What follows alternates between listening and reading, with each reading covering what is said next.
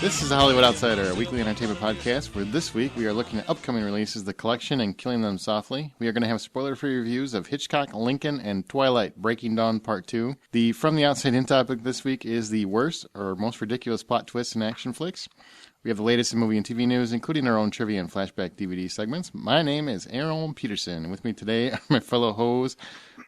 I was going to say Scott Clark. I guess he's not here. Brian Williams. Hey, but I'm back, bitches. That's right, Brian is back, which technically you didn't actually miss a real episode. You missed the spoiler cast. That's right, but you know what? It really, it was such a weight on a heavy burden on my heart to miss that, but...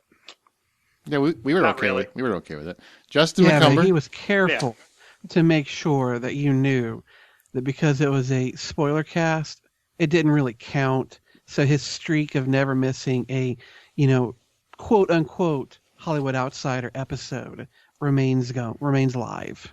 Justin McCumber, thanks for being here. You're welcome. And as you may or may not have noticed, Scott Clark will not be joining us. He is busy, quote unquote, vacuuming. So he's sucking a lot. Or blowing. Yes. We're not sure which. One of the two. That's what you fine listeners have been ditched for. Yeah. So he could vacuum his house and get ready for holidays. Black Friday will have come and went by the time you listen to this. We would like you to email us the absolute craziest line you had to deal with. I think that would be fantastic. I'm looking for violence, people. I want to see babies. I want to see babies on the floor. If you can send me pictures, that would be fantastic. Babies used as shields, as clubs. Awesome. Give me that TV. And perhaps as trading items. They just throw the baby. Yeah, just leave a baby in line to hold your place while you go get something that you forgot to pick up earlier. That's right. What do you guys think about either one of you doing anything big for Black Friday? Are you going to wait in lines, or are you just Amazon.com on it? Fuck no, Amazon.com. Absolutely. And thank God, all week long they've been having sales on shit every day, particular times of the day, the particular items, and I've already gotten a couple of things. Like Silent Hill Downpour for the 360. Hells yes. Did you get a good deal? Yeah, it was like, normally I think it was like $40. I got it for 19 and change. Nice. I got the Alien quadrilogy for like $20 on Blu-ray. I've had that. Some of us have to wait until the government assistance check shows up. I would like to trade some cheese. Yes, for my Alien Please quadrilogy. pay and thank you. Oh, and I actually got Prometheus with it because I'm a completist. I don't even understand why, but now I'll have them all. You ought to watch the behind-the-scenes stuff for Prometheus. It's pretty good. It's like 3.5 hours, but you really get to see some of the reasoning for some of the things they did, and just hear some conversation with the actors and the people in the crew. I really enjoyed it. I watched all 3.5 hours of it. Does it give you a deeper understanding of the movie? A little bit, but what I really want to do is watch the movie with the commentary. I have not watched the commentary track yet. Real quick piece of news. Paranormal Activity 5 releases on October 25th, 2013, if anybody was wanting to buy their tickets early. That just popped up all over the internet. I wondered if that was going to happen. Yeah, I was so nervous. I didn't know if they were going to do it. Let's go to movie news. Let's start off. Yeah, do it. Kristen Stewart signed on for Snow White and the Huntsman, so she's officially signed, so all those rumors about her splitting the franchise are not true. And the director, the one that she was, you know what I'm saying? Rupert Sanders is not re-signed because apparently they don't want no more moochie. Yeah, well, when it comes to films, the stars and the directors, one of those is more than likely going to get the studio to say, yes, please come back, whereas one's not. In this case, Kristen Stewart, having the notoriety that she does, the name that she does, of course they're going to ask her to come back. Rupert Sanders, a director that I don't think anybody outside of the three of us and our listeners probably even knows his name. No, that guy is not going to come back, especially given, yes, their relationship history. So there's no shockers to be had here. Now, there had been some rumors that the next film was going to focus primarily on the Huntsman, with Snow White not even being a part of the film. I could see now her being like a background character, not taking center stage like she did in the first one. I would imagine it's more than likely going to be more of a Huntsman film, but with either her in a secondary role, maybe some flashbacks, who knows. But I think it's still Hemsworth film, but she's been signed on to be in it. We have no idea how much of it she'll actually be in. But here's the thing. I thought that movie was very much about how it looked. I think it looked beautiful.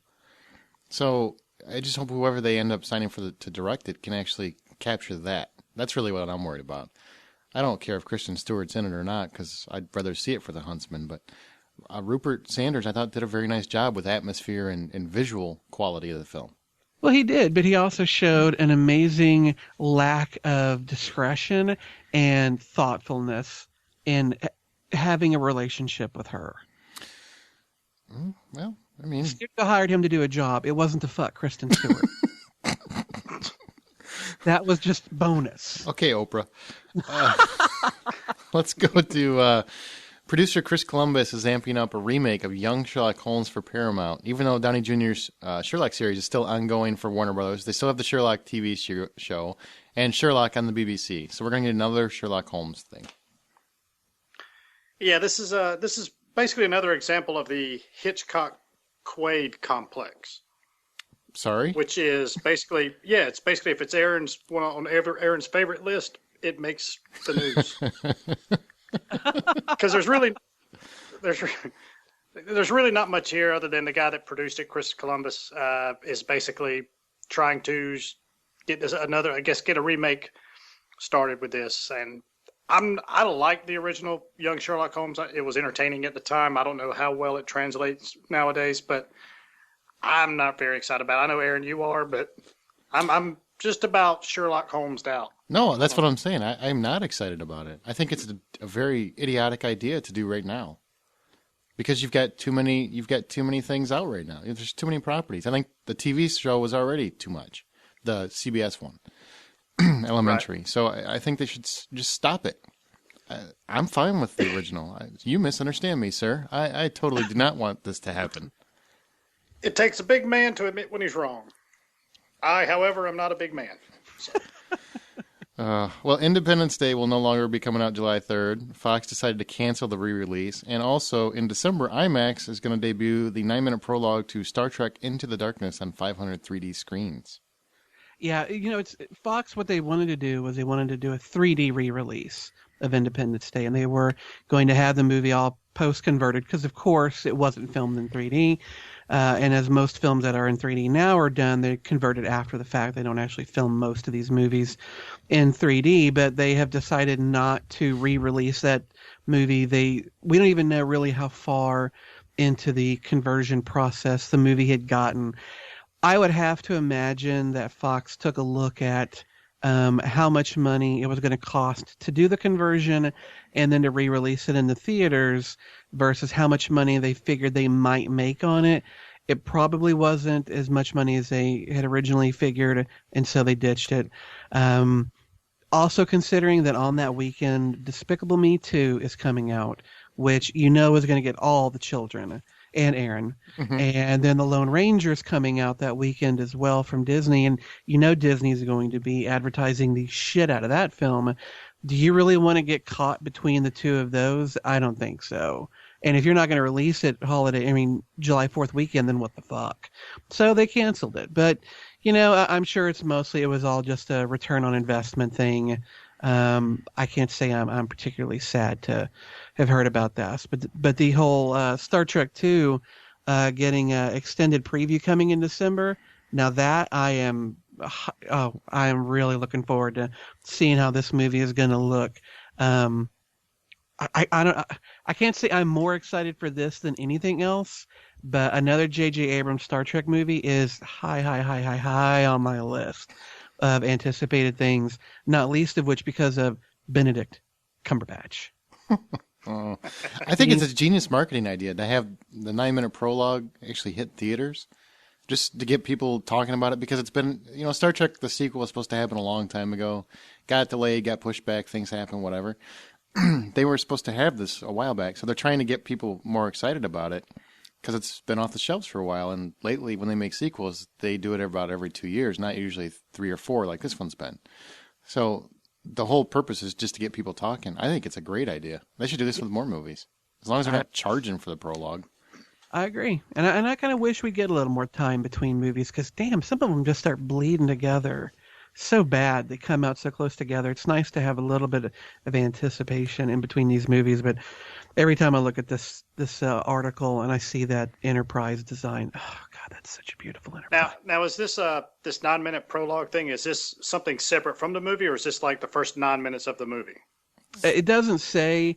I would have to imagine it's probably just one scene rather than doing a montage, because 9 minutes is an awful lot of montaging. But who knows? They didn't say. Yeah, I mean, well, that's kind of my thing. I don't want to see 9 minutes of the movie that's coming out in a year or however long it is. I don't want to see that. I mean, if you give me 9 minutes of a, say, like a prequel type of, or maybe just kind of a 9-minute teaser of something of just a standalone mini prequel type of thing, or a bridge that bridges the last movie and in this one, and kind of sets up the 2-hour story that's to follow in a year and a half, whenever it is, then I'm fine with that. But I don't want to see the first 9 minutes of the movie that's coming out, because I don't want to. It just, to me, it takes away a little something whenever I do eventually see it. That, oh yeah, I remember this, and I'm not as excited. Since we don't know where it's coming, where the footage is coming from, I don't know. But either way, I'm such a hardcore Trekkie. They could show me whatever they wanted to, and I would be salivating for it. That's true. He would. He would. He's not exaggerating with that. He totally would. Speaking of sequels, the cast, Patrick Wilson and Rose Byrne, and writer Lee Wannell and director James Wan are all reunited for Insidious Chapter 2 to be released August 30th, 2013. Yeah, Insidious was really kind of a surprise, scary movie last year. I don't think it quite garnered a whole lot of interest and stuff, but initially in the theater. But it was one of those pleasant surprises when I eventually checked it out on Netflix. Patrick Wilson, I think, is kind of is underrated actor. Maybe I wouldn't say he's great, but I think he kind of gets more credit for his looks than his actual acting ability and stuff. But I think he's a really good actor, and that movie is actually one of those horror movies that had long legs. It actually made $50 million in the U.S. box office, so it was a hit. Oh, okay. Yeah. So it's just not one that I really remember hearing a whole lot of, hullabaloo about or whatever. So hullabaloo. Yeah. It found more of its audience on video than it did in theaters. Mm-hmm. I didn't think it was all that great, but I actually think I should probably rewatch it because maybe there was something at the time that kept me. Because everybody I know really likes it, and I'm the only one who was kind of like, meh. So maybe I missed something. So I'd like to see the first one again. No, it's very low budget. It's not great, but it was interesting enough. It took some original chances. They really could have used a little bit bigger budget, I think, especially near the end. But they did the best. I think it was only like $1.5 million movie. It's it's cheap. Yeah, really cheap. But we'll see what happens. Now, here's something that's been all over Facebook. It's been all over the internet. I've seen so many articles on this. It just makes me nauseous. But PETA has taken issue with The Hobbit over its treatment of animals, and Peter Jackson has fired back repeatedly. But I'm just going to hand it over to Justin because he'll end up talking about it ad nauseum anyway. The thing of it is from reading what PETA's had to say and then reading what Peter Jackson has had to say, the whole thing stems from an allegation that one of the horses used in the filming of the Hobbit films was hobbled. And for those who don't know, hobbling is where you tie with either a rope or a strap or something like that. You tie a rope around a horse's leg into such a way that it causes it to not be able to move in a certain direction. And there are many reasons why you would hobble a horse or a cow. And of course, this doesn't hurt the creature. In fact, most instances of hobbling it is to stop it from either hurting itself or hurting someone who's like operating on it or doing something else with the horse. So the exact nature of what this hobbling was, as far as I know, has not been said. But what Peter Jackson has said and what the owner of that very horse has said is that it was never hobbled for any reason. The owner of the horse has said many times that he has had no issues at all with their treatment of his animal. It's never come back with a scratch on it. And Peter Jackson's basically said that all this is allegations coming from one of their former animal handlers that they dismissed because they didn't like the way he was treating some of their animals. And so this is basically him just trying to stir up some shit and maybe get some dirt on Peter Jackson's, get some mud on his face. Ultimately, it looks like it's much ado about nothing. And once again, PETA and their army of just foaming at the mouth idiots is up in arms over nothing. I say that as an animal lover. I think most of these PETA folks are completely insane, but there doesn't appear to have been any hobbling at all. So who knows? The thing I'm most impressed about this whole thing is how Peter Jackson honestly has handled it. Because, PETA often does this where they go after filmmakers or celebrities and whatnot for what they do. And almost every single time, all you see is an apology from the celebrity, or you see the studio back down. Nobody really comes back and says, "No, you're wrong. You're wrong."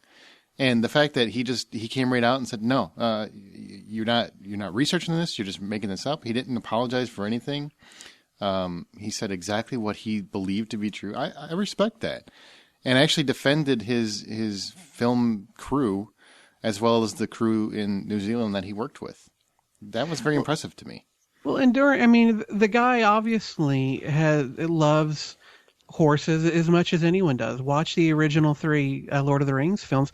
How many dozens or hundreds of horses did they use in that film? You watch the behind the scenes stuff, the care they put into those animals was really just incredible. These guys take care of these animals. There are trainers and people looking over their shoulders constantly. A film of this high as big as it is, there is no way a horse could be mistreated to the point Pete is trying to say and them try and get away with it. There's too many eyes, too many people looking everywhere, especially when you've got the number of animals on the scene that these films do. I think it's absolutely ridiculous, and hopefully it'll disappear. Yep. All right, well, Machete. The producers are seeking to slash their agreement over the rights to Robert Rodriguez's sequel, Machete Kills. So basically, they want to kill the rights, or they want to slash the agreement that they had back in April so that Robert Rodriguez could take the film and do it somewhere else. And now, of course, they went back in. There's a whole millions of dollars involved. Now it might delay the actual film. What say you, Brian? Should we let Danny Trejo loose? Whatever, let Rodriguez do whatever he wants. I mean, because the other company, Overnight Productions, right? That's the one that wants to cut ties. Yes. They wanted to cut ties, and now they're saying that if I'm understanding it right, so they wanted to cut ties, and then they say, okay, well now we want money for it. Yeah, is that what's going on here? Essentially. They basically, so we want out, but we want you to pay us to get out. I think they originally thought this is a no money-making venture, and then so they basically let him go, and then he rounded up the cast that he rounded up, and now they want back in. That's fucking ridiculous. Snooze, you lose. Damn right. That's how you do it. You should be a lawyer. Just handle it like that. You snooze, you lose. The snooze, you lose defense? Yes. Exactly. Welcome to Brian's Trailer Park. All right, guys. Looks like the zombie apocalypse is back on us. This one actually kind of flips the script on the zombie outbreak.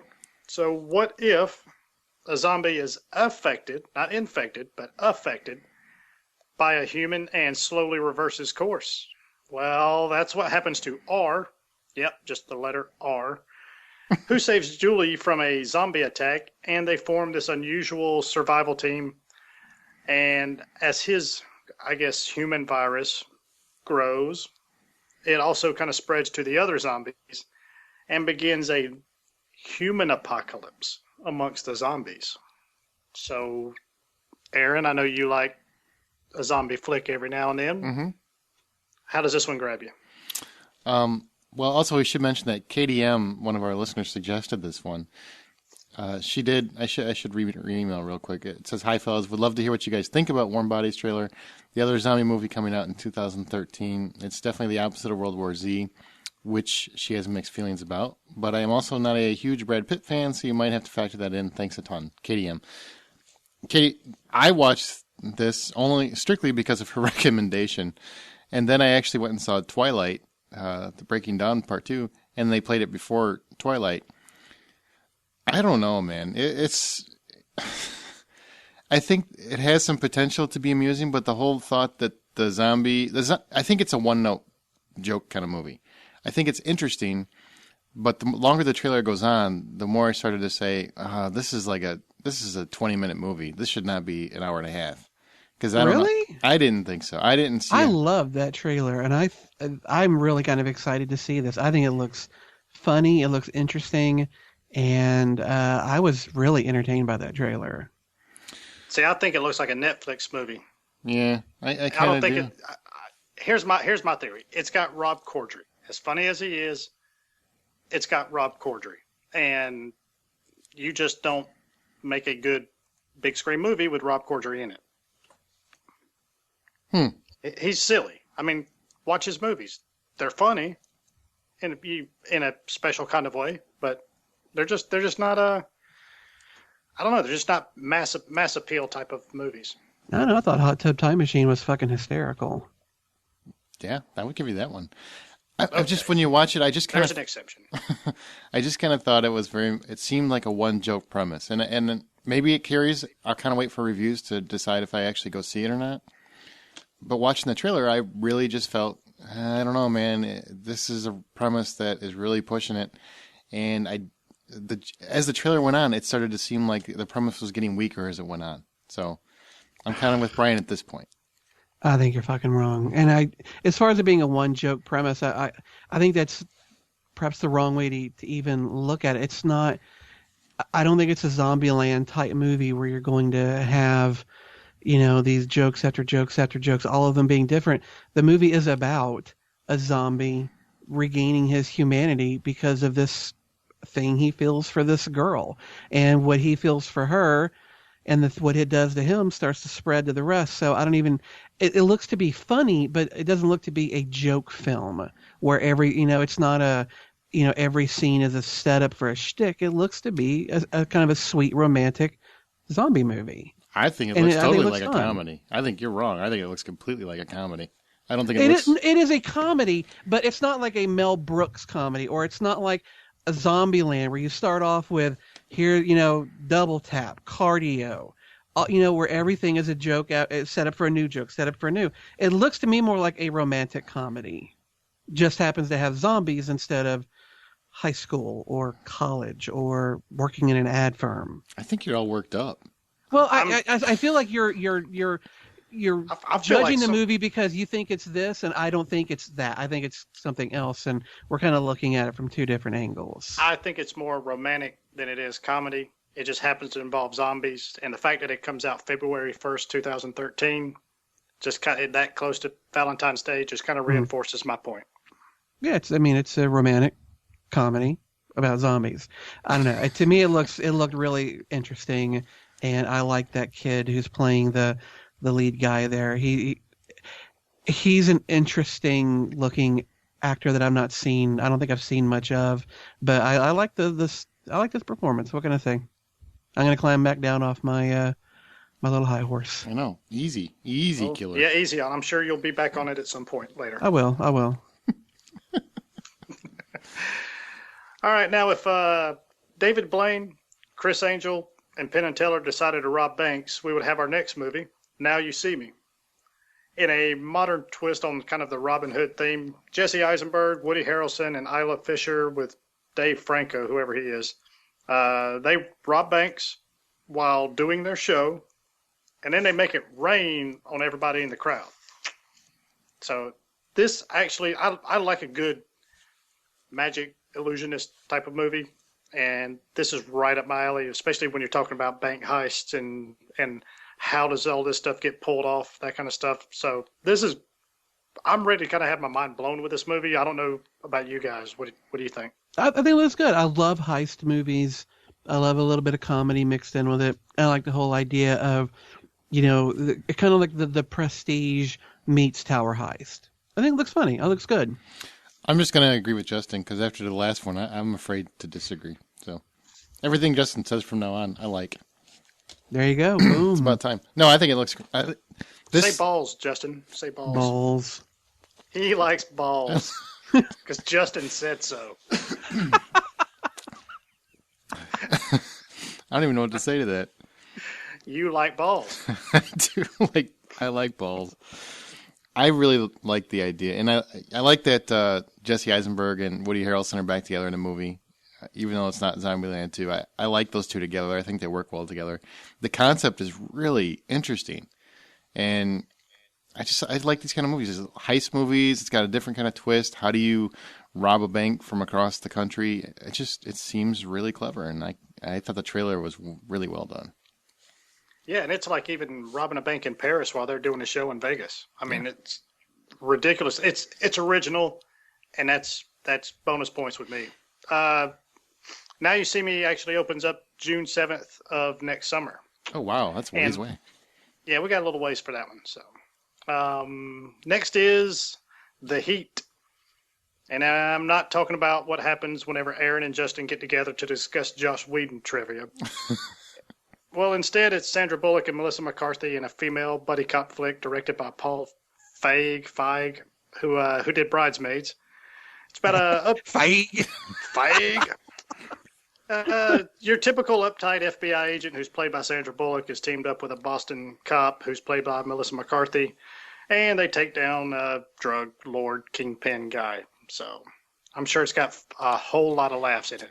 I'm afraid Melissa McCarthy, in her desire to strike while the iron is hot as far as her movie career goes, I'm afraid that she is painting herself into a niche corner where every role from now on that she is ever going to be offered will be that of the feisty, heavy-set woman who doesn't quite have all the manners that we would like, and that's making her funny.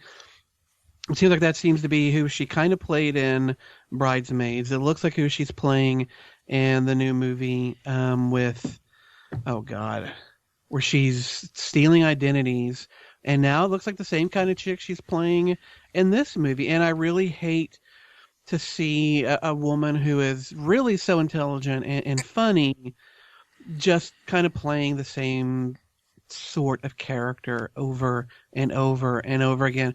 And Sandra Bullock, didn't you already do this in Miss Congeniality 1 and Miss Congeniality 2? Mm-hmm. Playing the dour, not dressing up and not looking as pretty as she really is, FBI agent. For fuck's sake, have we not seen these characters in situations already? Therefore, is there anyone interested at all in this movie? And if you are interested, these films have already come out. You can go see them. You don't need to wait around for this. Yeah, it's cheaper than a $10 movie ticket. That's right. Snap. I agree with it. I guess I have to from now on. But the watching this trailer, if it was anybody but Melissa McCarthy, I would have zero interest. Yes. But because she's in it, yes, I think she looks pretty funny. Her scenes look pretty funny. I'm interested to see it because she's in it. But I agree with Justin 100%. If she doesn't start getting out of this shit and start picking some quality, because it looks very run-of-the-mill, by the numbers, same thing you've seen 1,000 times. It looks generic. It looks funny. Her parts look funny. Sandra Bullock looks like she is in every movie. I don't think she looks that funny. But Melissa McCarthy, you got so much talent. Don't waste it on this shit. I agree. So watch them apparently waste their talents and all that stuff on April 5th, 2013. And I just want to give a big thank you to everybody who voted for us at podcastawards.com. It's really appreciated. We don't know for a couple months. No. Yeah, we won't know for a little while, but I still want to thank everybody who took the time to go vote. So, I don't want to thank them until I know if we won. Well, we can still thank them, but we just may have to get on our asses for voting a little bit more next time. Yeah, all right, yeah. So, provisional thank you now. To be taken away or added to, depending on how this comes out. Exactly. All right. Well, you guys can give us a shout out at Twitter at H_outsider. Go to Facebook.com/The Hollywood Outsider. And you can also email me at Brian@TheHollywoodOutsider.com if you really want to. Or if you just want to, email us, then just feedback@TheHollywoodOutsider.com. And don't forget, get your shirts at thehollywoodoutsiders.com also. You can also watch the trailers we just talked about. They're all three up there, even the warm bodies. So, and you can judge for yourself how wrong Aaron is on this one, and Brian. I didn't say it looks awful. I just said it looks like it could really run out of humor quickly and heart. Okay. Fuck you. If you knock my shit one more time, country boy. Dude, you get your shit knocked at the truck stop quite often. So. Trust me, I'm not doing anything new, Big Daddy. Oh God, I did not see that coming. Right. Neither does Aaron half the time. I hate both of you. Those stalls are dangerous. Why do I keep peeping into that hole in the wall? Stump the Hoe. Stump the Hoe. Each week, one of our hosts poses a trivia question to the remaining hosts in an attempt to stump their fellow hoes. Hoes meaning Hollywood outsider. This week, it's my turn. So, since we're reviewing Twilight, I thought I'd ask a Twilight question. Are you... Well, actually, you two have seen all the Twilight movies, so are you ready? Mm-hmm. Yeah, okay. Sure. When casting the original Twilight, author Stephanie Meyer had always wanted only one actor to play Edward. But by the time filming commenced, this actor was too old for the part, yet went on to star in a franchise of his own. Who was her first choice? Was it A, Chris Evans, B, Henry Cavill, C, Chris Hemsworth, or D, Matt Damon? Justin. I'm going with Chris Evans. Okay, and Brian? Oh, that's a good answer. I'm going to go with Matt Damon. Matt Damon. Okay. Well, we will. I already hear that in my head every time I hear his name. I know, it never stops. We will learn the answer a little later in the show, so stick around. Now let's go to the big screen, guys. We have 3 movies to review. Justin, he didn't see any of them, so feel free. I'm going to go out and get something to eat. You just guys text me when you're done. Okay, the first movie is Hitchcock. Similar to Lincoln, Hitchcock is not about the famous director's entire life, but instead it's about a small piece of his life as the film focuses on the making of Psycho. If you don't know what Psycho is, I don't know what to tell you. That's basically what the whole movie is about. The story specifically looks at the relationship between Hitch and his wife Alma, played by Helen Mirren. Alma has always been fiercely supportive of Hitch, even amongst his wandering eye for his leading ladies. For those people that don't understand who Alfred Hitchcock was, he was extremely obsessive about his leading ladies. He tried to control every aspect of their lives, and if they resisted, he really affected their career. So for what a wonderful and creative and talented director he was also a little bit of a kook. So the film kind of takes a look at that. And Alma, but she's been with him for 30 years. She's been with him for the long haul. So she is also slowly being seduced by a writing partner that has a different agenda than what she used to. So there's a whole relationship thing. Her and Hitch are having problems because of the production of Psycho. She's got a friend that wants a little bit more, and you know how that affects the relationship. So the movie, you get a look at his process, how they mortgaged their house because Paramount didn't want to finance a horror picture, how some of the little pieces of Psycho came to be from the script to the casting, all the way to the infamous shower scene, and especially the censor fight that followed after the movie was finished, because they didn't want to show at that time. They didn't want to show a toilet. They didn't want to show a nude actress, which they don't actually show her naked, but it looked pretty naked. Some of the violence on screen. There's a lot of things that they were leery about showing at that time, so the film kind of takes a look at that. But the most interesting thing about how the movie plays is that it does not play like it's Oscar bait. This movie does not play like I'm sure Lincoln does, which Brian can talk to. It plays very much like it's an entertaining movie about a husband and wife team of filmmakers mixed with the making of one of the most famous films of all time. It's dramatic, it's funny, and most of all, and I was very leery about this movie because I'm a huge Hitchcock fan. It's entertaining. The whole movie is entertaining. It's almost like Get Shorty in the behind-the-scenes movie-making part of it. So there's not many biopics I would say that about, but it's very entertaining. In terms of the acting, Anthony Hopkins actually absolutely nails Hitchcock. He nails him. I grew up with Hitch, and trust me, I know the man back to front. I've watched, I don't know how many times I've watched his episodes of Alfred Hitchcock Presents. I've seen every trailer he's done. I know the man back to front. I was extremely impressed. I don't think he deserves an Academy Award because I'm sure there's a lot of acting that's a little stronger. but he should get a nomination for it because the fact that Anthony Hopkins can go into this role and disappear into it and you don't remember that it's Anthony Hopkins, that's extremely impressive. Helen Mirren was also amazing as his wife Alma. Not that you expect anything else. I mean, the lady's like 85 and she still has more sex appeal and fire than most women I know. But she never seems less than a strong, independent, yet loving wife the character is. You also have a bunch of other actors and actresses that pop up. Scarlett Johansson, Jessica Biel, Ralph Macchio shows up. I don't know why, but he pops in. And they all do very well in their parts, but the movie is solely about Hitch and Alma and their plight to get the movie made. The director, Sasha Gervasi, he hasn't really done anything of note, but this movie should put him on the map if all goes well. He does an excellent job recreating the late 50s and the early 60s vibe necessary to sell the movie, and I completely fell in love with it and believed I was there. Final verdict, Hitchcock is about my absolute favorite filmmaker of all time. I've grown up with every Hitchcock movie. I love Hitchcock. I'm just as obsessed about him as he was about his leading ladies. It's a very personal topic to me, and to see it brought to the screen, and not so much the overall his whole life, but actually just this small section, I was very skeptical about it. I was really doubting it, especially casting a big name like Hopkins. I really wanted just an unknown to be the part, but like I said, he completely disappeared. Him and Mirren were wonderful to watch, and to see them spar back and forth, they really came across like the characters they were playing as well as a real married couple.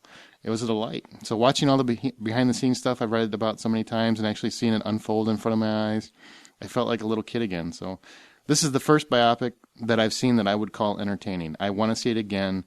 I want to buy it. I have bought 0 biopics in my life because they're just not replayable to me. This one I want to watch over and over. So if $10 is the full price of admission, keep in mind I'm a little Hitchcock obsessed, but I think it's worth $9. Brian? Biopic. I can say whatever I want. It was my review. Biopic doesn't mean shit. It makes it sound like he has superpowers. 2 eyes? Biopic? Yeah. No, biopic. It's biopic, dude. Say it right. Say it. Brian, don't you have a biopic on Lincoln to review? No, but how many times can you how many times can you just ruin a word? It's not even a common word, but you ruin it like 9 times in that. Just totally. You are like the fucking arch nemesis to the English language. Fucking Lex Luthor. Tell me about Lincoln. Tell me about that biopic. Yeah, speaking of biopics, I saw Lincoln the other day, and I thought this was actually probably one of this is going to garner a whole lot of Oscar talk, in my opinion. It really, as far as the story goes, it really focuses on about the last 4 months of Lincoln's presidency or existence, whichever you prefer. It basically kind of shows how Lincoln he's basically the 1800s version of a rock star. He has soldiers and all sorts of people coming up to him quoting his Emancipation Proclamation and stuff, and he just sits there and he welcomes everybody. It's really kind of neat to kind of see that sort of popularity, I guess. It really kind of focuses on basically about 2 things: how he ends the Civil War and also how he gets the 13th Amendment passed. And if you're not sure what that is, pull up a history book or Google or Wikipedia or whatever. So Daniel Day-Lewis is absolutely superb as Abraham Lincoln. You see Abraham Lincoln. It's similar to how you were with Hitchcock. You see the character, not the actor.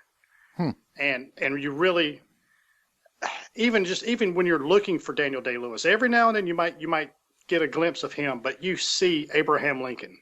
Like I said, it was just Lincoln and not really so much an actor's portrayal of him.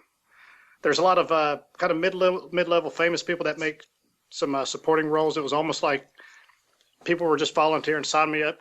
I don't care if I'm on the screen for 2 minutes, but there's everybody like Sally Field, James Spader he's got a pretty small role. Walton Goggins, Tim Blake Nelson, Jared Harris, and even Joseph Gordon-Levitt plays Lincoln's returning son. And it's probably could have even left him out of it. It really wasn't very compelling on his part, but But it was kind of neat.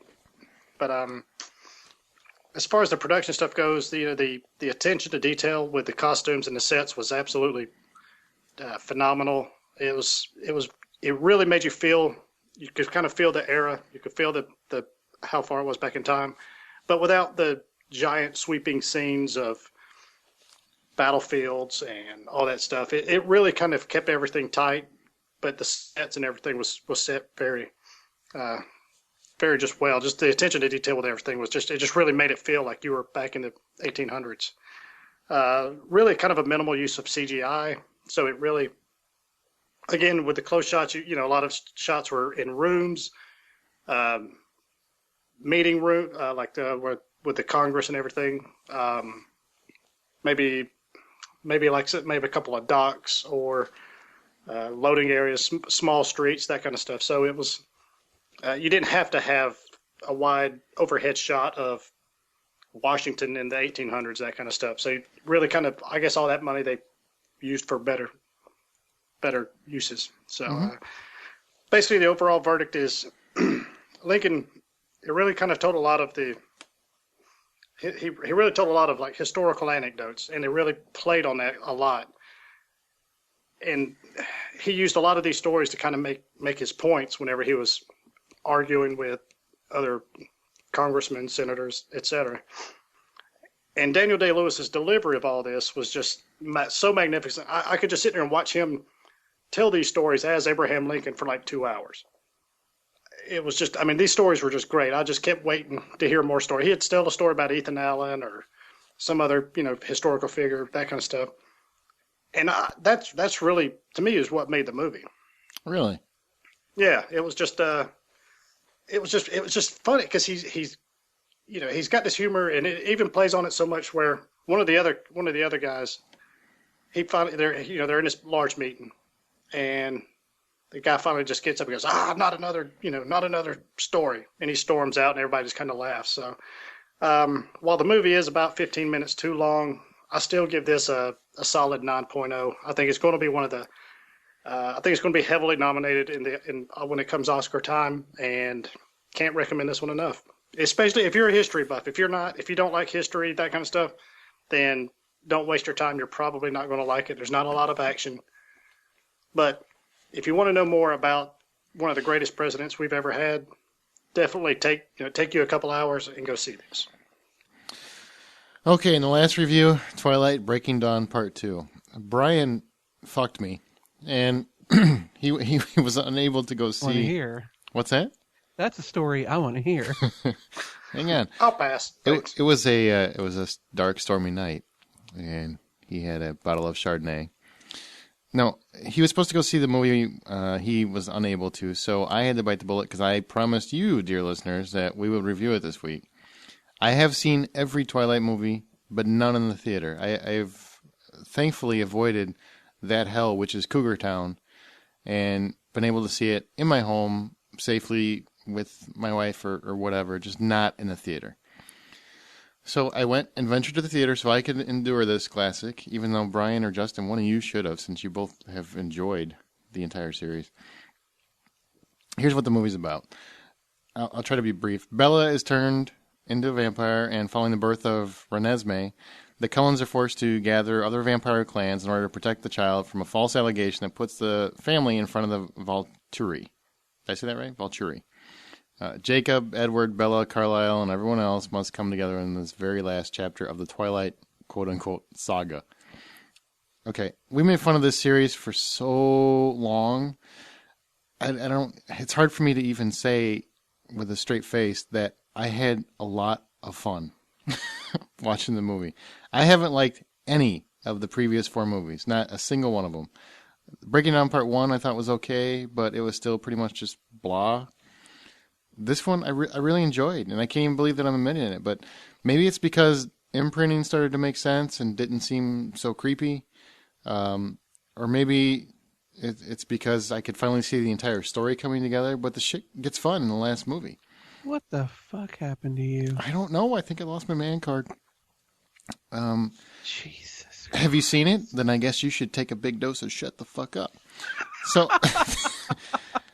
The acting, the story, it all came together. Seeing the Cullens gather everyone together and face off against the Volturi, and the eventual conclusion just seemed to make the movies make a lot more sense. I did not read the books. I don't care what happens to the characters up until this point. But in this movie, for whatever reason, maybe it's because it really seemed like Stephanie Meyer, when she wrote these books, had a long-term plan. Because the last movie really seemed to connect a lot of the dots. The imprinting makes sense. A lot of the different things that have happened in previous movies actually pay off in this one. I really liked how that worked. It really felt like it was an actual conclusion to a saga. I hate to say it, because I didn't think there was a saga before. And I actually like this conclusion, I think, a little better than I liked Harry Potter's. Shocking, I know, and I'm kind of ashamed, but... Get the fuck off my podcast. I'm just saying, I'm being honest. I'm being honest and fair. I was very into the ending, watching it play out. The acting wasn't any different. It's still really cheesy. It just seemed to work a little bit more this time. I really bought Edward and Bella a little bit more. Maybe it's because for the first time they seemed like they had a reason to be together as opposed to just, oh, we're destined. You know, there seemed to be more at play. Maybe it's because the kid was introduced. I don't know. Production-wise, same gripes, nothing different. The CGI is shit. There are way too many close-ups. I don't see the need to get a close-up of someone's face every time they say something, even when it's retarded. Sometimes you can pan back. I promise you, Bill Condon, you can pull the camera back. It's possible. They have cranes for this sort of thing. So even though I think the first four movies were meh, I really had fun with this, even with the CGI and the close-ups. And the very end, when they do the credits for the entire series, not just the film. And I thought that was very sweet and cool and very respectful of all the actors in the series. It was very... God, I'm so ashamed. It was almost moving.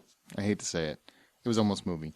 Even though I was one of exactly 4 men in the entire theater of hundreds, and I felt surrounded, and I was very much the gay friend at this point. I had a great time. If $10 was the full price of admission, Breaking Down Part 2 is $7.50. Wow. Did you grow a vag over the weekend? I liked it. I'm sorry. I'm ashamed of myself for liking it. I think I should have walked out and just threw my popcorn, but I had fun. And the end is really good. Are you sure they didn't like roofie your drink or something? I can't tell you why the ending was good because A, it'll be a spoiler, and B, if you read the book, it's apparently different than what the books say, so I don't want to ruin that for anybody. But the ending was done. It was kick-ass. I really liked it. I'm sorry. Better than Voldemort and the Dark Army storming Hogwarts. Yes, Shut up. I did not like how they handled the end of Harry Potter. I thought they rushed it. They did not let a lot of the characters play out. You didn't get a feel for a lot of what was going on. I don't think it's bad. I liked it, but they could have made that so much better, and they did not. There's a lot of things I thought they left out. Bellatrix and what's her name's mom. That fight was just shit. They fucked that whole fight up. There's a lot of things I just had problems with. This one, maybe it's because I didn't care as much about the characters going in, and I just was into what was going on, but it worked. I'm sorry. Hate me. Write me hate letters. Go ahead. Let's go to the box office. The Twilight saga, Breaking Down Part 2, made $141 million, which is right on par with every other Twilight movie. It didn't really get a bump because it was the last movie, but it's very consistent. The last one made like $141 million as well, so... the series is going to be okay. Skyfall, $41 million, held pretty strong even against that monster opening. It's got $160 million already. By the time you listen to this, it will be the #1 Bond movie of all time. So congratulations, Good. Skyfall. Lincoln opened at $21 million. That's a lot for a biopic. Nice. You're welcome. It's only taken... almost 2 years. So whatever. It opened in 1775 theaters. That's really not that many, so it's doing really well.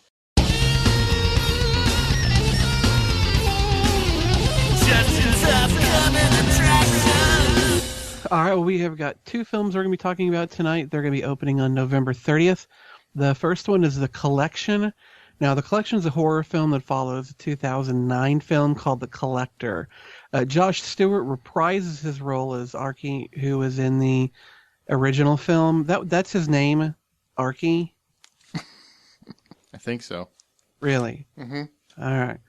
Well, spoiler alert for The Collector, he somehow escapes. So if you haven't seen that one, he survives. He escapes with his life from the vicious grips of the Collector during an entrapment party where the Collector adds Elena to his collection.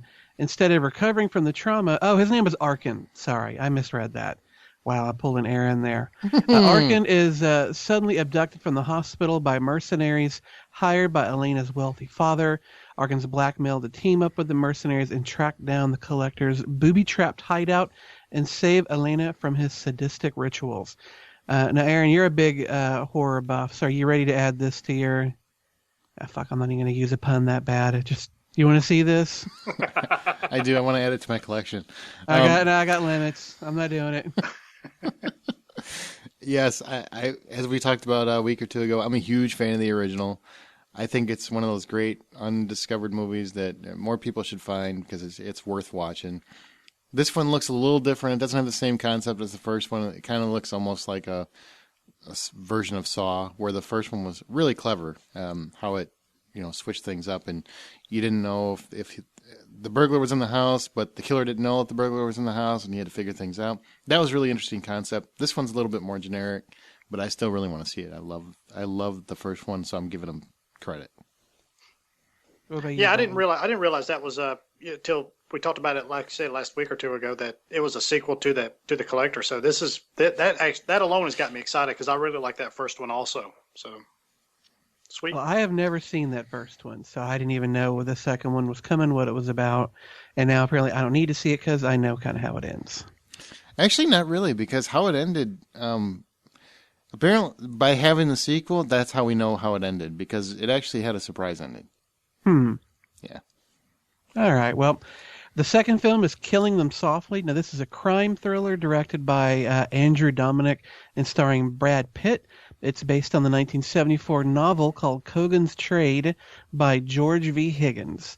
Set in New Orleans, Killing Them Softly follows professional enforcer Jackie Cogan, played by Pitt, who investigates a heist that occurs during a high-stakes, mob-protected poker game. The film also features Scott McNairy, who I've never heard of, Ben Mendelsohn, who I've never heard of. Oh, and here's a name I know, Ray Liotta, and James Gandolfini. Brian, we're all aware that you have a raging man crush on Brad Pitt, so are you all lathered up to see him play yet another kind of bad guy? Yeah, actually I am. So, and it's Scoot McNairy. Oh, is it Scoot? Yeah, there's actually two O's, not two T's. But I'll let you slide with that one. It's cool. I appreciate that. Well, now if I would have said that. Aaron, I'm going to hammer you. But yeah, it's all good. Yeah, I like mob movies. I like crime dramas. I like the gritty feeling of those movies, and with Brad Pitt in it and some of the other supporting cast, especially a Ray Liotta, who he's one of those guys I probably should have mentioned last week as far as people who need another shot or where are they now type actors. Why aren't they acting more often? Ray Liotta is one of those guys, and this is right up my alley. I actually picked this for one of my holiday season movies I'm looking forward to. So. Mm-hmm. I'm all in. I don't know if this is a theater movie. I don't know if I'd pay $10 to see it.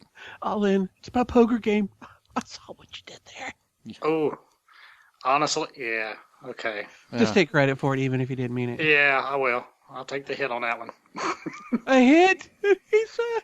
Oh my God! I just doubled down on that shit.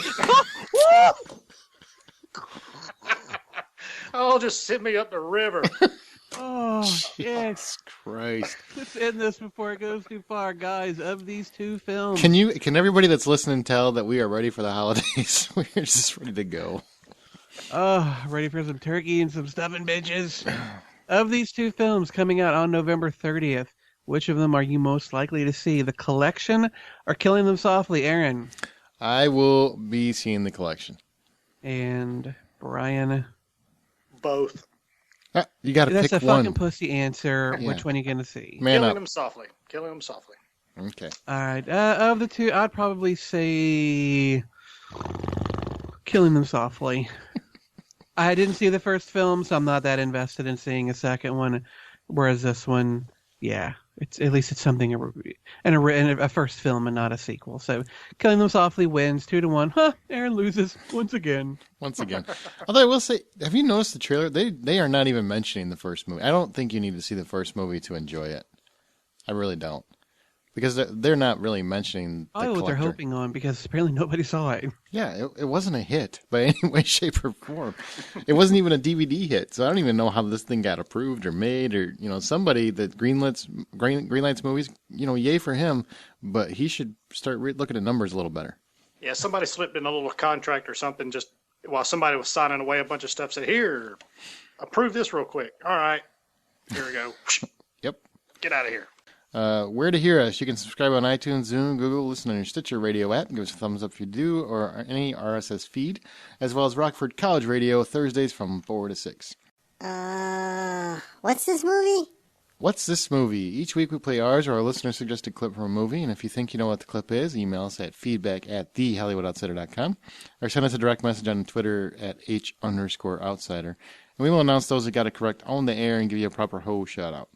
Last week's answer was Justin McCumber's choice, and it was Flash Gordon. And no one got it. Are you fucking kidding me? No one got it. No one got it correctly. I'm highly disappointed in our listeners. I'm just saying. Listeners, I cannot express how disappointed I am. They said Ming in the quote. Ming. How many movies have got a character named Ming in it? Let me count. Wait. Well, yeah, one. Flash Gordon. Come on. And you know me. You know I always try and reference the movie we're going to review that week. And I was referencing Timothy Dalton as Bond. I'm so disappointed. I knew when I picked it, I thought this is way too easy, Aaron. I'm sorry to even give you one this easy, but this is the only clip I could find of a Bond actor that wasn't even more easy to get. I cannot express my disappointment right now. I gotta go collect myself. Take a knee. It'll be all right. We'll get them next week. Okay. Well, this week I'm going to throw a clip in there. So if you think you know what this clip is, email us at feedback@thehollywoodoutsider.com or tweet us at H_outsider. Here's your clip. Well, I'll see you tomorrow then. Gobble, gobble. Oh, bye-bye.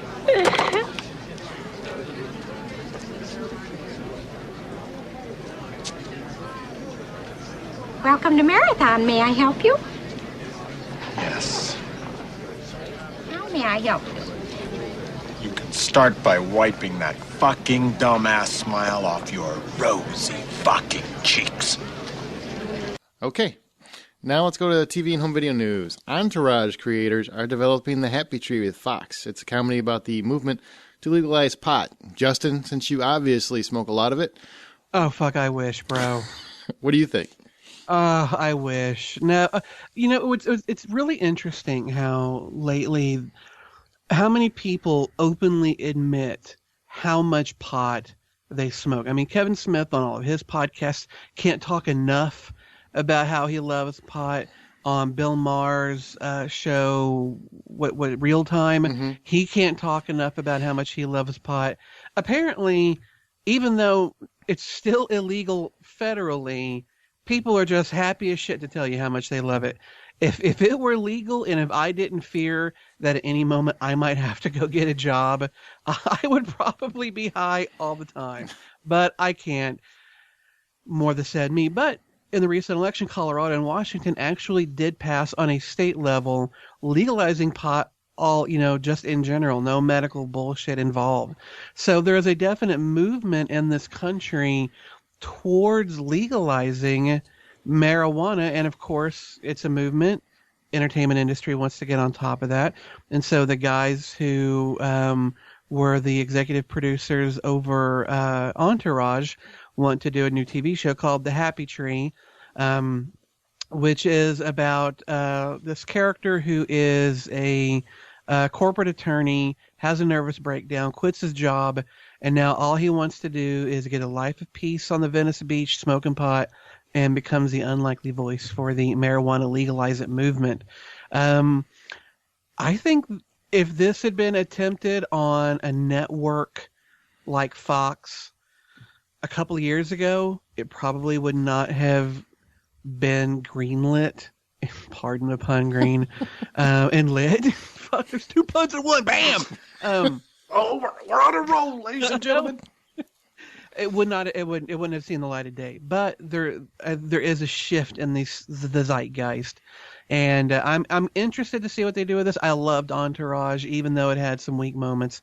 All in all, I really enjoyed that. So I'm curious to see what those guys can do on Fox with this topic. I'll check it out. Well, let's take a poll. Let's see who's a hippie. You want to legalize pot, Brian? You think it should be legalized? Don't worry, they can't arrest you for saying yes or no.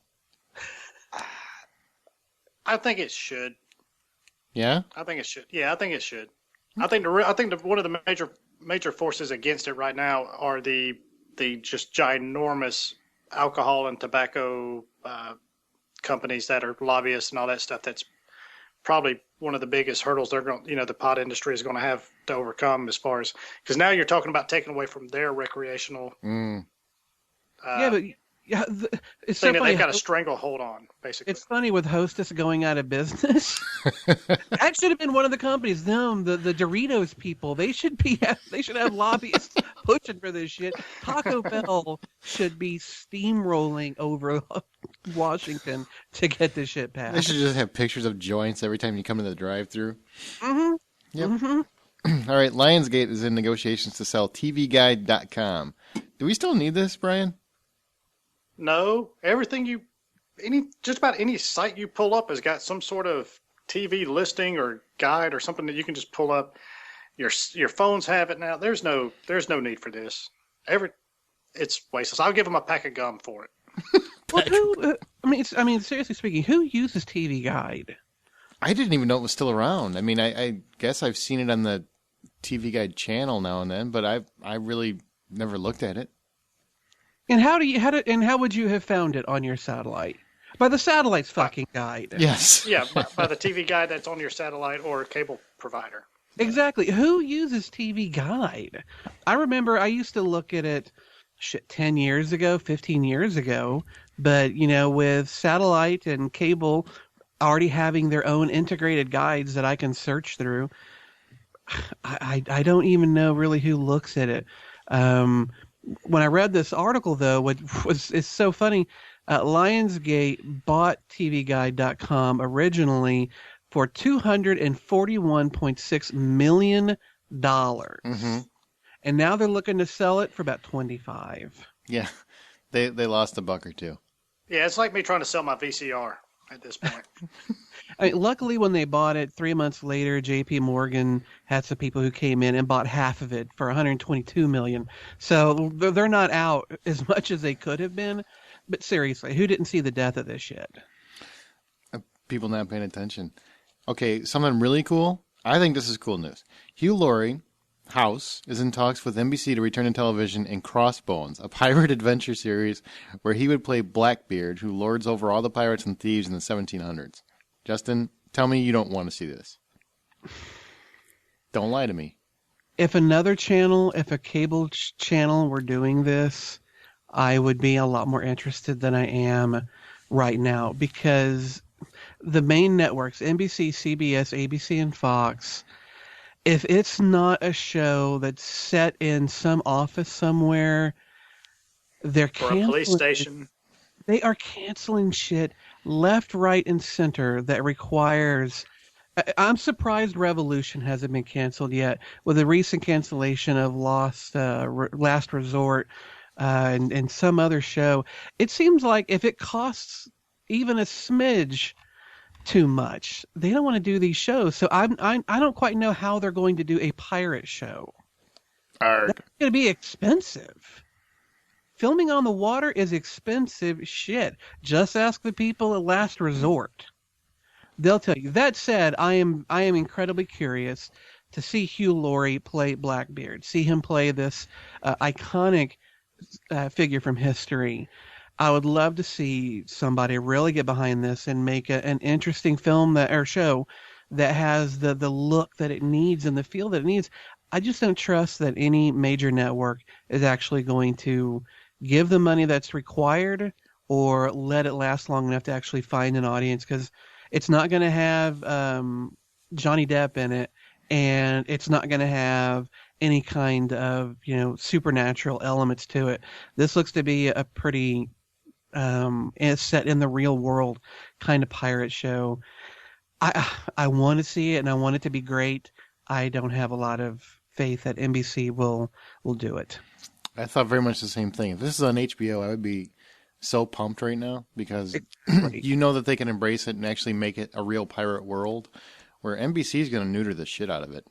Yeah, I mean, imagine if NBC had tried to do Game of Thrones. Can you imagine the sorts of concessions they would have had to make and all the things they would have had to change to make it cost efficient and palatable? Pirates are not, I'm sorry, they're not family fare. These are some vicious fucks. And yeah, if HBO was doing it, Showtime, somebody like that, I would really be excited. NBC doing it, I'm seeing it canceled in a couple of episodes, sadly. Yeah, that pretty much echoes every sentiment that I've got. And I was just about to ask you guys, what do you think the over-under is as far as number of episodes before it's canceled? 6? I think if Hugh Laurie... Would you say less or more? I think it'll be more because Hugh Laurie's in it. I think they'll guarantee 13 because I don't think he'd do it otherwise. He's one of those actors where he can demand that. But after that, it really depends on if people watch it. I really want to see it because I love Hugh Laurie, and to see him in that kind of role, I think he would do fantastic. But I agree with Justin, and I really didn't think too much about it at the time until he really brought it up. But you're probably right. With the exception of Revolution, network television does not give shows like this a chance. DVD and Blu-ray, Scott usually does this, but he's not here, so I will handle it. Coming out on November 27th, Paranorman, Lawless, that's the Shia LaBeouf, Tom Hardy, old moonshiner, whatever the hell it is, Prohibition times Western. What the hell was that? Was it a Western? No, it's Prohibition. Okay, we'll just go with Prohibition. It was like Dukes of Hazzard, but no. but like in Kentucky and somewhere a little farther north, Illinois or Indiana, something. I don't know. Anyway, that's General Lee's more model forwards. Yeah, you can tell I didn't prepare this part at all. Step Up Revolution, that's about people dancing. The Apparition, that's about some goose. The Day, Luck Season 1. And then on November 30th, Men in Black 3 comes out, because that's a Friday. This makes Justin really furious. And Sparkle. Why does Sparkle need to be a Friday release? Why? Doesn't matter. I ain't buying it because it's on Friday. I still ain't bought Amazing Spider-Man, so fuck it. I put my foot down. If it comes out on Friday, Justin vows he will not buy it. Tuesday.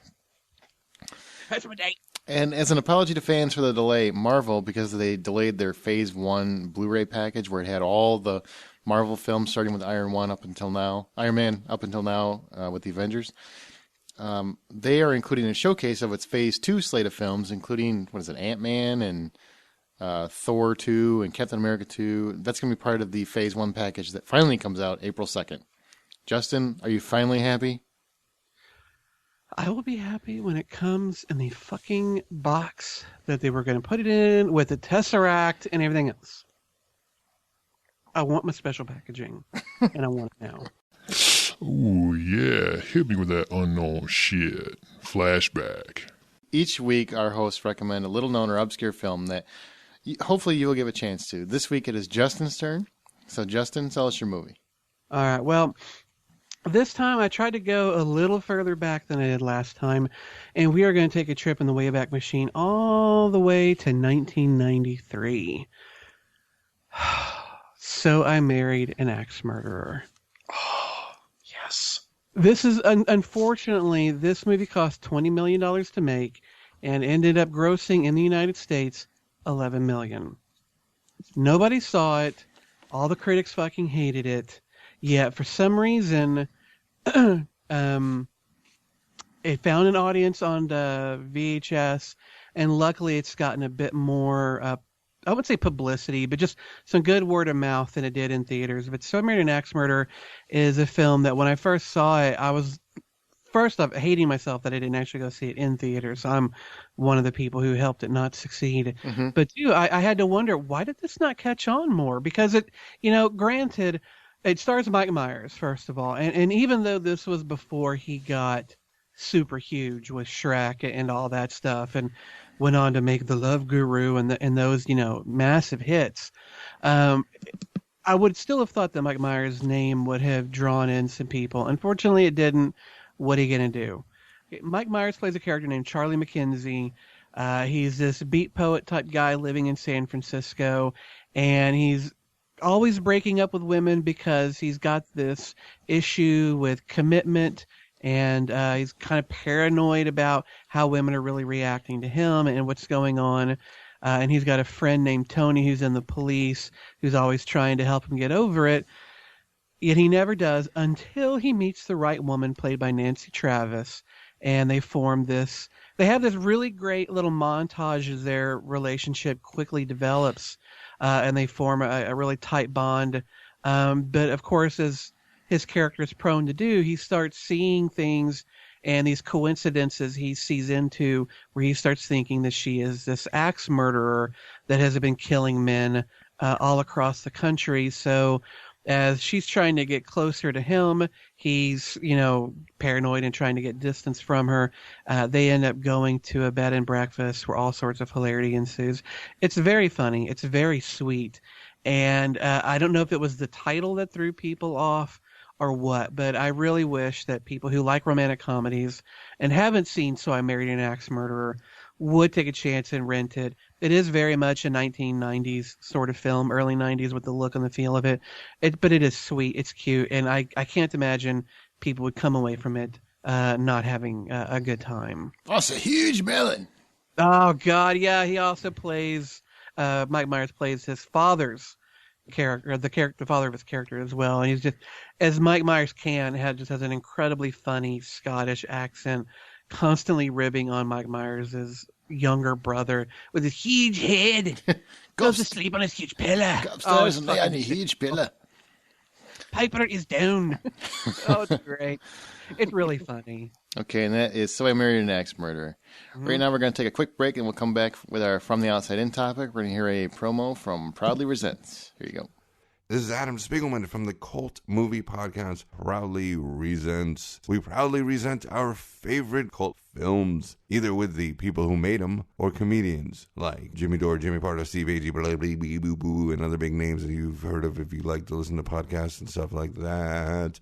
Proudly Resents on iTunes, Stitcher, Tin Cans, wherever you listen to your podcatcher thingy.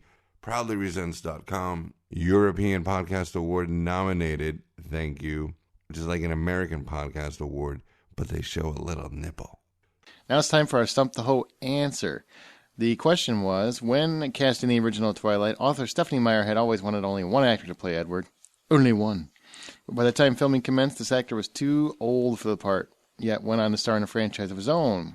Who was her first choice? Was it Chris Evans, Henry Cavill, Chris Hemsworth, or Matt Damon? Justin chose Chris Evans. Brian chose Matt Damon.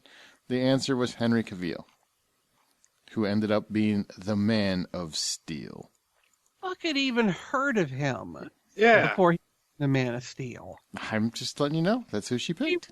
Movies years ago. He was someone that she had seen, and she actually had the whole cast worked out in her head. What was he, 8? No, he wasn't 8. He was 25 when the first movie was shot. Yeah, but it said when she Yeah, but she wrote the books years before that. Or casting the movie, I was talking about, not casting the head. That's who she wanted for the movie. And by the time they actually got around to making the movie, it was too far gone. See, I thought you meant while she was writing the books. Well, guess what? That's how I interpreted it. My questions aren't based on your idiotic interpretations. They're based on facts. So yeah, well, our two idiotic interpretations is win. greater than your retarded question. Nope. Right. Nope. I'm taking this loss. This ain't on me. This is on you. It's on you. Yep. It's on you. All right. From the outside in. Each week we talk about a topic that's on ours or our listeners' minds. This week, here's what we're going to talk about. We've all watched those movies where you're getting into them, you're enjoying it, and then some stupid ass plot twist happens, and you're just sitting there going, "What?"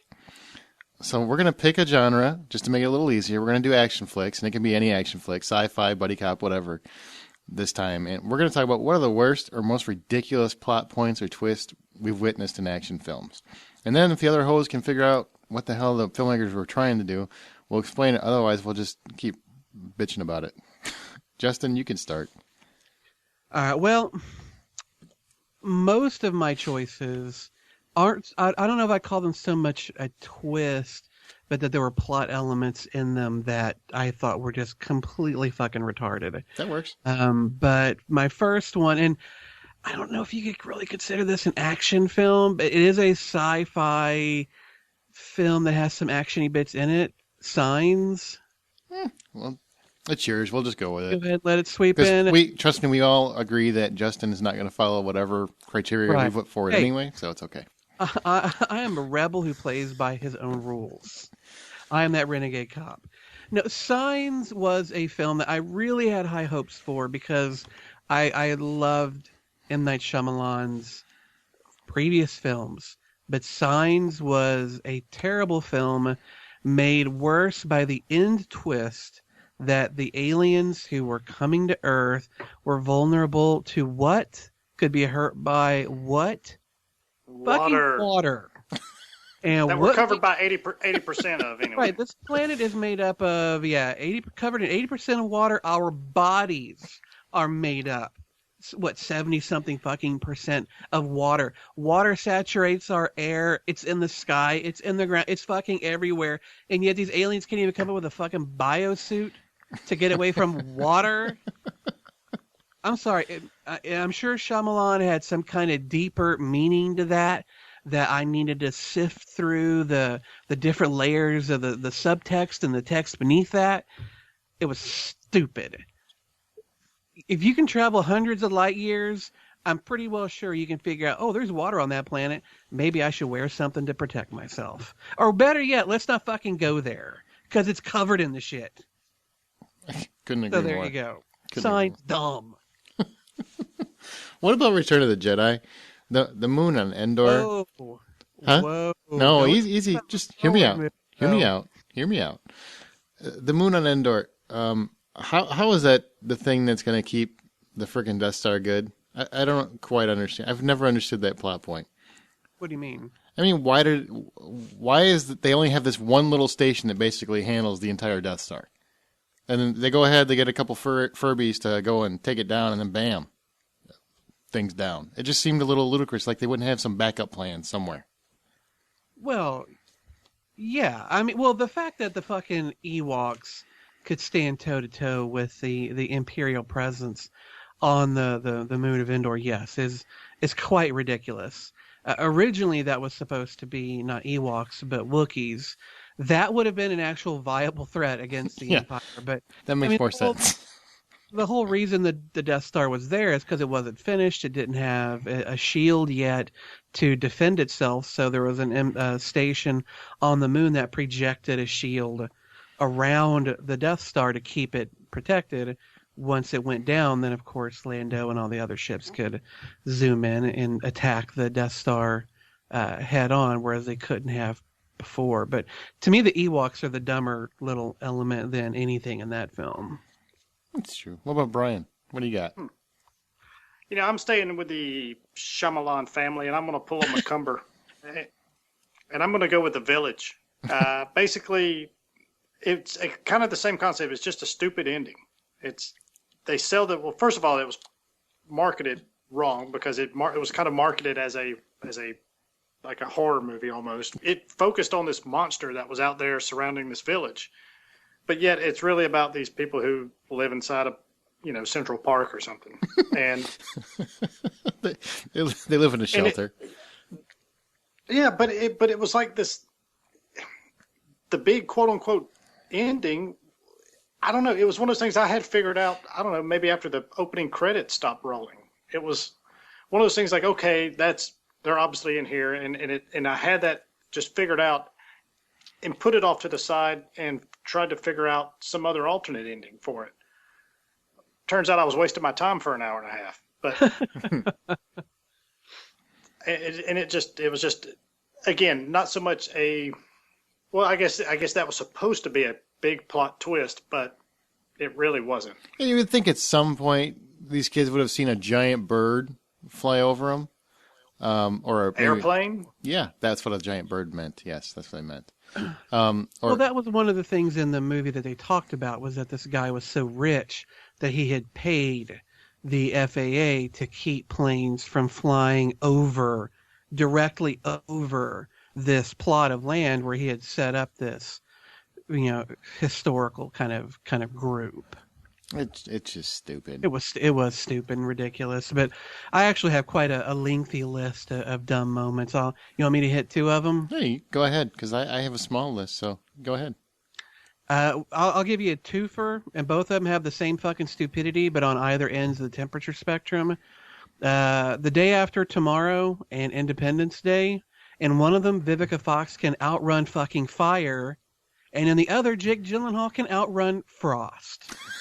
I mean, I know we all know the fucking scenes I'm talking about. Vivica Fox sees a fire coming, so she's able to outrun it, dive into an area within this tunnel through a doorway, shut the door. All of a sudden, the heat's not doing anything that she was able. What the fuck? And then you got Jake Gyllenhaal, who sees the world freezing behind him. How does he save himself? He dives into a room and shuts the door. Oh, Frost can't open the door. Oh, hey, speaking of that same movie, but earlier when who was it? Was it Dennis Quaid in that one? And yes, he's going after his son. He's going after Jake Gyllenhaal, and he's got his buddy. They fall through the shopping mall glass roof. Right. You know the scene I'm talking about? Mm-hmm. Yeah. So, all right, how does Dennis Quaid stop himself from falling whenever his buddy falls and they're attached by the same rope? He slams the pig into the roof, which is made of glass. Well, he's Dennis Quaid, bro. Granted, it's got a layer of ice on it. I'll concede that. But obviously, it's not very thick if the guy just fell through some glass. So I'm thinking slamming it down with full force equals to or greater than guy walking on it. That's very true. Good call. What about you, Aaron? I will tell you, Lethal Weapon 2 is probably one of my favorite action movies of all time. All time. And I think most people would agree that it's probably the best Lethal Weapon, I think. The ending, everybody is aware, spoiler alert, that Riggs gets shot the fuck up, right? How the hell does he survive that? He gets shot like 47 times or something and gets hit in every major artery and somehow manages to survive.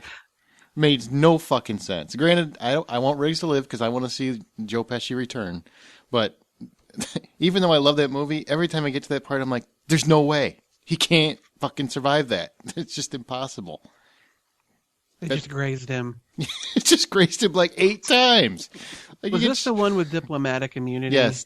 Okay. But just been revoked. Yeah. And they fuck you at the drive-thru. Oh, God. They fuck you at the drive-thru. But I love that movie. But every time I get to that part, it's one of those things where I just have to roll my eyes every time I see it because it just strikes me as, what the fuck were you thinking? Don't shoot your main characters that many times then because it's stupid. Absolutely stupid. That and the fact, in the same movie, basically what happens is they chain him and throw him underwater in a straitjacket, right? Which, of course, they set up really cleverly earlier when he has to escape the exact same straitjacket. But whatever. So he's underwater. He's under there for, I think, about 47 minutes. And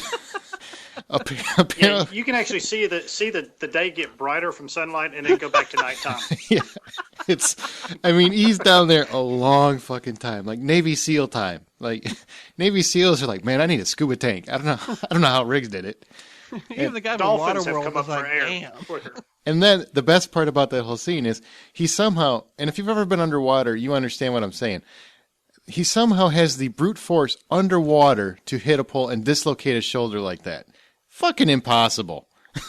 It's just impossible. I love that movie, but it's so ridiculous. And the fact that a pickup truck can pull down a house on stilts, that was a little far-fetched, but it's still one of my favorite action movies, but there's so many ridiculous things in that thing. I think he had a Dodge.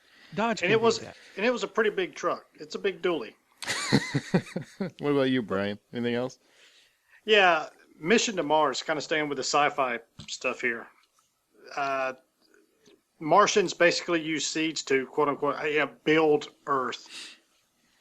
it was basically a pretty good movie. It wasn't great, but it was pretty good up until the ending. And then the ending just, I just, was walking out going, what the hell just happened? They take Gary Sinise for whatever reasons. I don't know. They just say, come with us. I guess every time you have a big reveal of some ghost or aliens, they got to take somebody with them. Because every freaking movie does that. That's true. And it just totally kind of ruined this otherwise pretty good movie. I don't understand it. I don't know. I guess it kind of sets up all of this other stuff, but it really didn't deliver. And then they just give you this bullshit ending at the end of it. And kind of back to Justin's Independence Day, Jeff Goldblum can just all of a sudden write a computer program that kills off gajillions of aliens in 48 hours or something like that. He's very smart. I can't even set up my fucking router without calling you for help. Well, and you see him open up his MacBook Pro and initiate a Wi-Fi connection. Oh, I'm sorry. I didn't know fucking aliens had hotspots and shit. Used HTML code on their ships. Dumb. Just dumb plotting. Oh, that ended it ruined. And granted, that movie was stupid. I mean, welcome to Earth, motherfucker. But that ending went so far into dumb that it was like this black hole of dumb. The rest of the movie just got sucked into it. I almost had to demand my money back. But I got a twofer for you. This one's about buses. First one, fucking speed. Oh, God. How is a bus driving at about 50 miles an hour up an incline supposed to jump? What was it, 30 feet, 50 feet? Just like 50 Doesn't feet. matter. Fuck a huge-ass gap in this bridge. And maintain speed. Well, a bus, I don't even know going light speed. If a bus is going to be able to make... And granted, they never said that there was a ramp set up. They never put up any kind of dialogue about, okay, we got to prep this area so the bus can make it. No, they were just talking about there was this incomplete section and bridge, and the bus has to go from one end of it to the other going uphill. There's not enough speed in the world for that bus to have made that fucking bridge jump. Oh, God, just kill me. Right. There's only one direction it goes, and that's down. Yeah, it's going right back down that fucking thing. You wouldn't even make it 5 feet. That thing would have just started going straight down as soon as it crossed over the plane. At best case scenario, the front of the bus ends in those, like the rebar that's coming out from the edge up from the other side. Skewers everybody. Dies from, everybody gets impaled in the front half of the bus.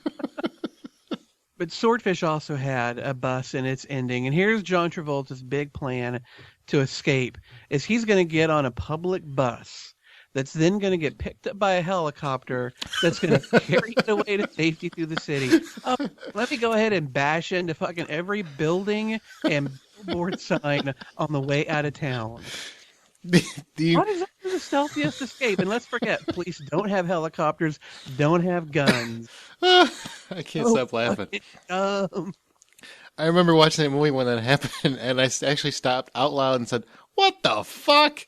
It's like somebody on the movie set said, "Hey, we got a bus back here we're not doing anything with." And the director said, "Cha-ching."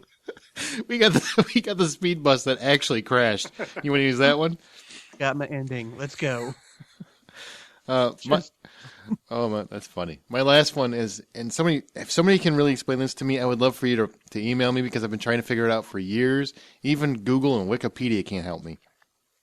Die Hard with a Vengeance. Everybody's seen the movie, right? Both of you have seen Die Hard with a Vengeance. Okay. Yeah.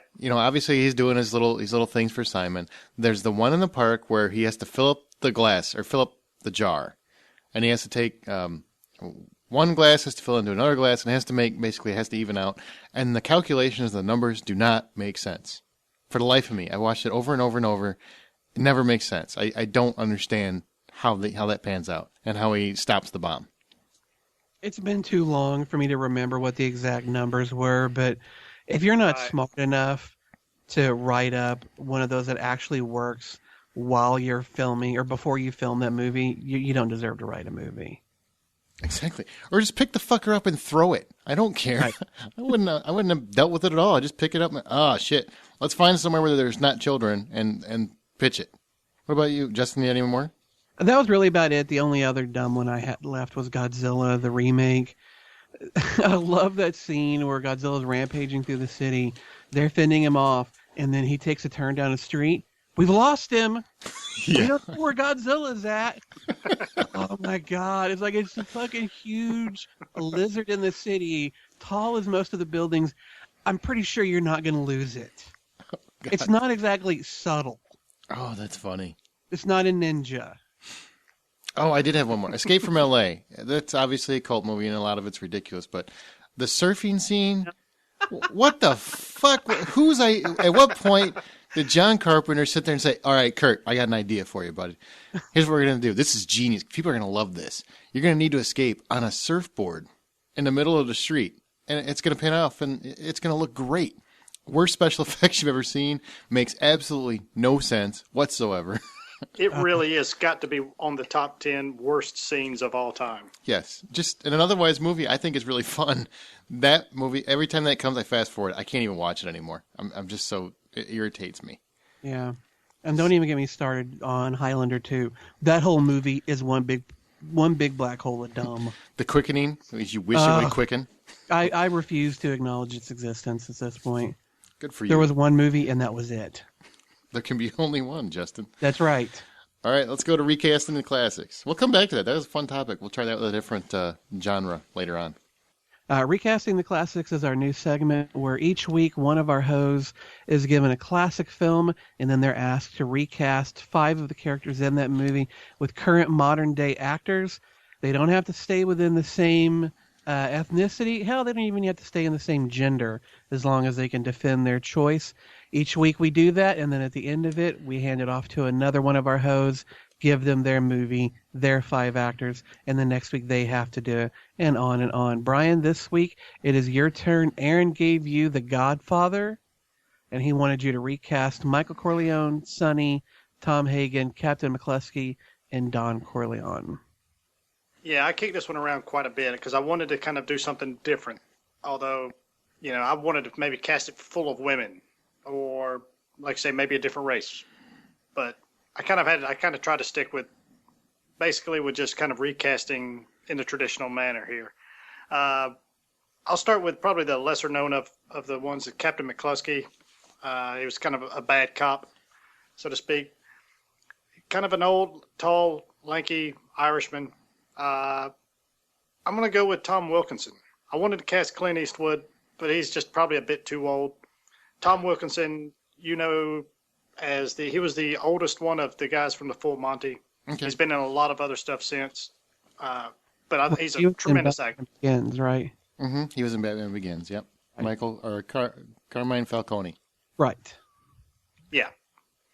So he can play. He's very versatile. He can play good. He can play bad. I think he'd be a pretty good bad guy there. Go with Tom Hagen. He was the consigliere, played by Robert Duvall. He was not Italian, but he was basically an adopted son of Don Corleone, and he was there. Basically, he kept him out of legal trouble, so to speak. So the first guy, and really the only guy that came to mind for me, was Paul Giamatti. Mm-hmm.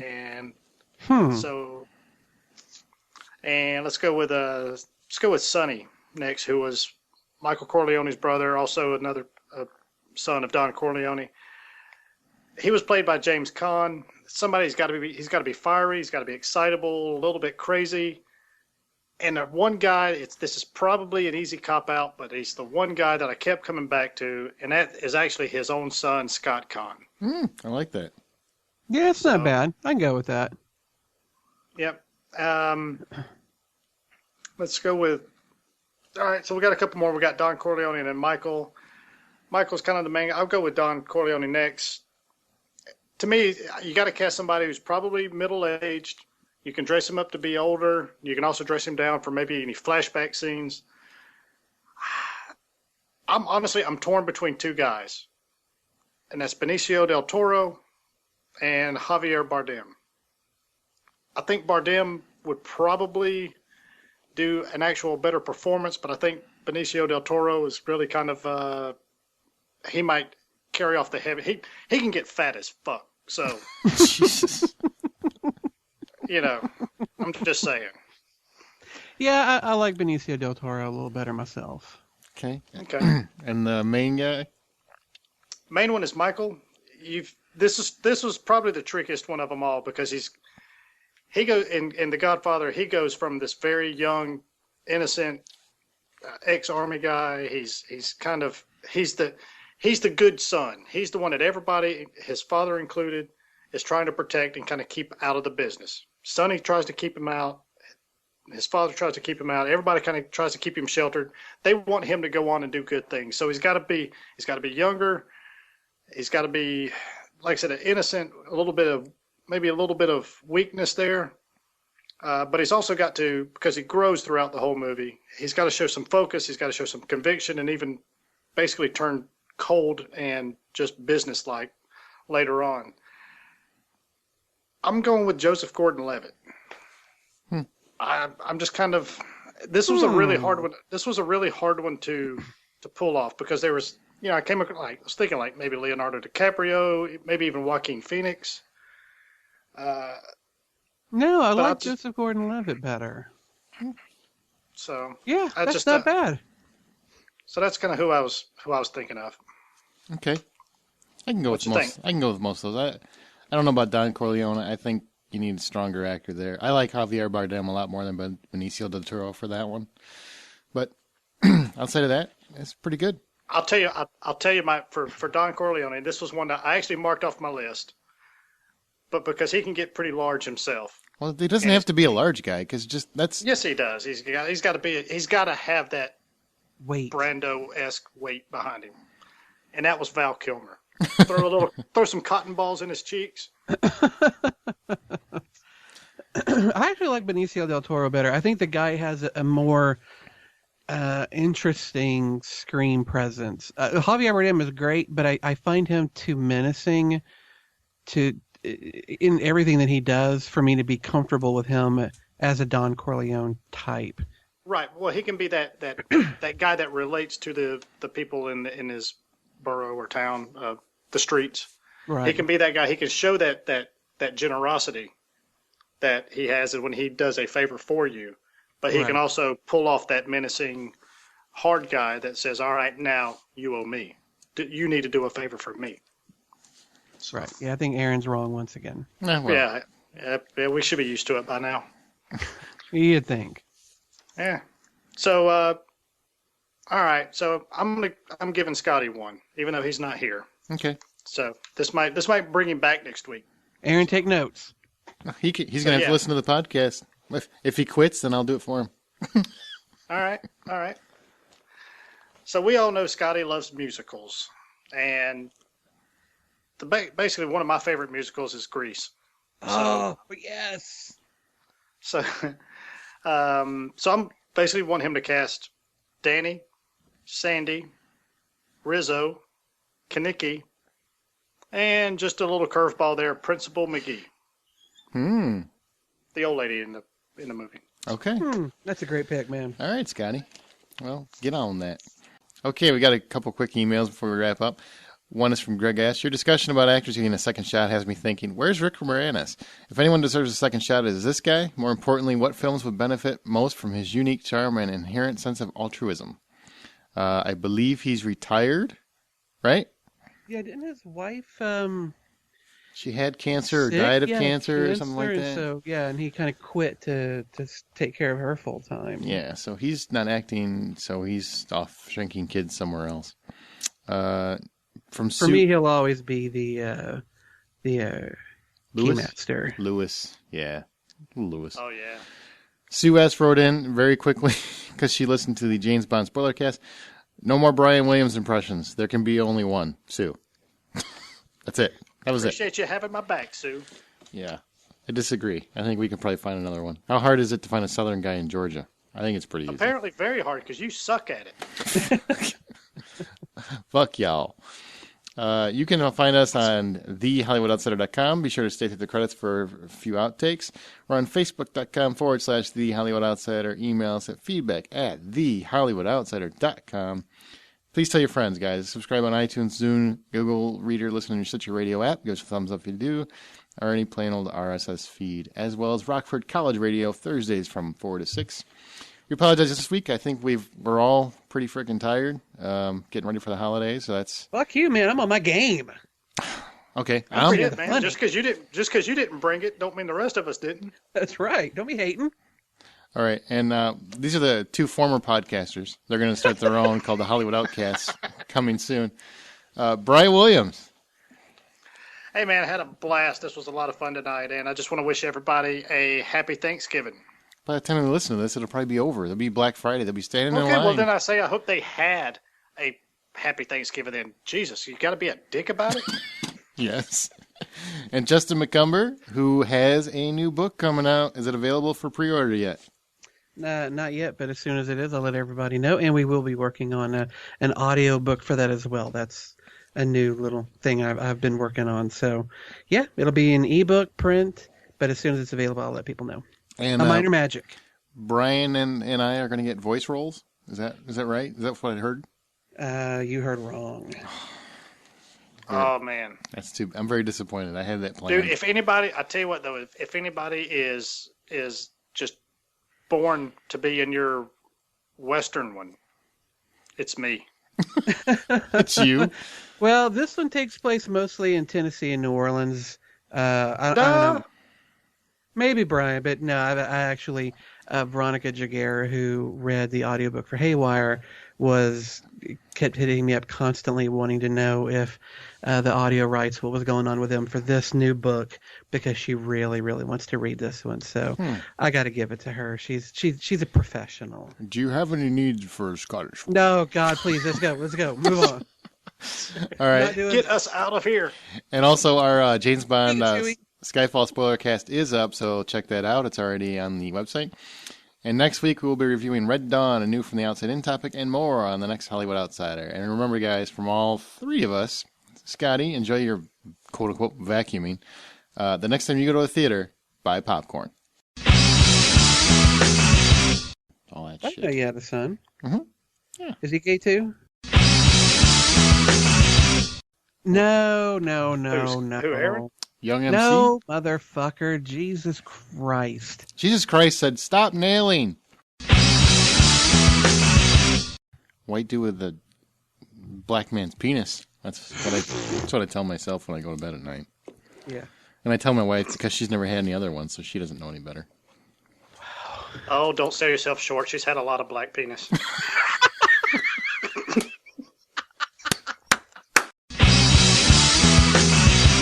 When I think of Justin McCumber's voice, the first thing I think of is urban rapper. Mm-hmm. Either that or a little Lando Calrissian. Oh, yeah. There's nothing. Colt 45. What do we have here? McCumber 45. I'm Lando Calrissian. I'm the administrator of this facility. And who might you be? Yeah, something's just not quite the same. First gay black Lando. I haven't heard Sneezy Cat in a while. Keep hoping that one sneeze will be her last, and never does. And by that I mean it because it killed her. Oh, don't say that. It's so awful. Do you like frozen Damn, dude, pop? you were just off your joke game tonight, dude, man. I am so fucking tired. It's not even funny. Why you been vacuuming? Yeah.